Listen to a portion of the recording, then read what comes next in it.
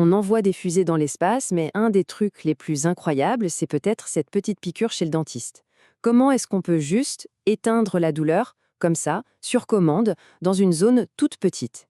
C'est ce qu'on va décortiquer ensemble aujourd'hui en plongeant dans le monde fascinant des anesthésiques. On a tous connu ça, hein? Ou plutôt cette absence de sensation. On est chez le dentiste, on entend le bruit de la fraise, mais on ne sent strictement rien. Pourtant, juste à côté, tout le reste de notre corps fonctionne normalement. Comment c'est possible ce truc? Eh bien, la science derrière cette petite magie du quotidien est juste incroyable. Bon allez, on plonge dans le vif du sujet. Pour comprendre comment on arrive à bloquer la douleur, la première étape, c'est de savoir ce qu'est un anesthésique exactement. En fait, tout est dans le nom. Anesthésie, ça vient du grec ancien an, qui veut dire sans, et aesthesis pour sensation. Donc littéralement, sans sensation. Le job de ces molécules est super simple sur le papier. Intercepter le message de la douleur avant qu'il n'arrive au cerveau, mais attention, il y a plusieurs manières de le faire. En gros, en médecine, on a 3 grandes stratégies pour gérer la douleur. Et ça dépend surtout de l'ampleur de l'intervention, si on veut. Alors, la première, c'est l'anesthésie locale. C'est la plus ciblée, la plus précise. L'exemple typique, c'est la carie chez le dentiste ou quand on doit recoudre une petite plaie. On endort juste la petite zone où on travaille et c'est tout. Ensuite, on passe au niveau supérieur, l'anesthésie régionale. Là, on ne cible plus juste une dent, mais carrément toute une région du corps. Par exemple, un bras entier, une jambe ou même tout le bas du corps. C'est le principe de la fameuse péridurale. La sensation est coupée sur une zone beaucoup plus large. Et pour finir, le poids lourd, l'anesthésie générale. Là, c'est le grand sommeil.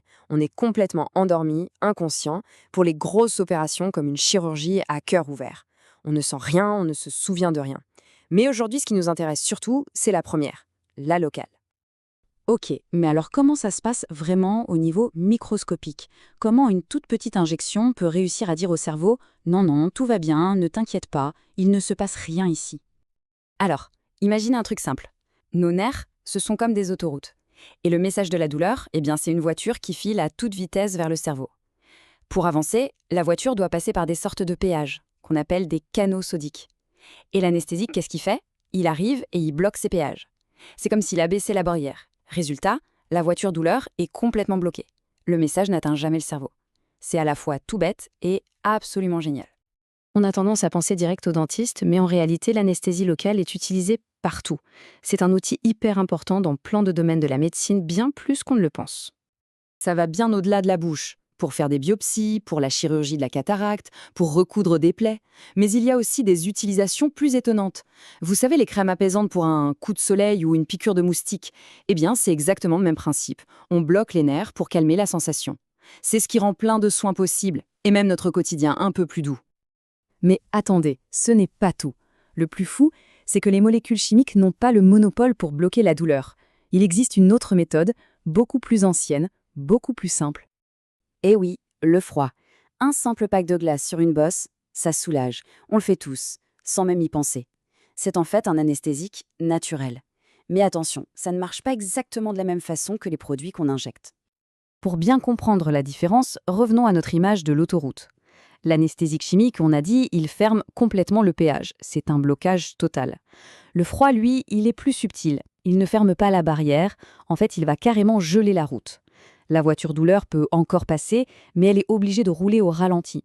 Du coup, le message arrive bien au cerveau, mais il est beaucoup, beaucoup plus faible. On passe d'une suppression totale à une grosse diminution de la douleur. Et tout ça, ça nous amène à une dernière question, un peu vertigineuse. Si on se dit que la douleur, au fond, n'est qu'un simple signal électrique qu'on peut bloquer ou même juste ralentir, ça ouvre des possibilités incroyables, non? Si aujourd'hui on peut mettre la douleur sur off, imaginez demain. Quelles autres sensations est-ce qu'on pourra un jour contrôler sur commande?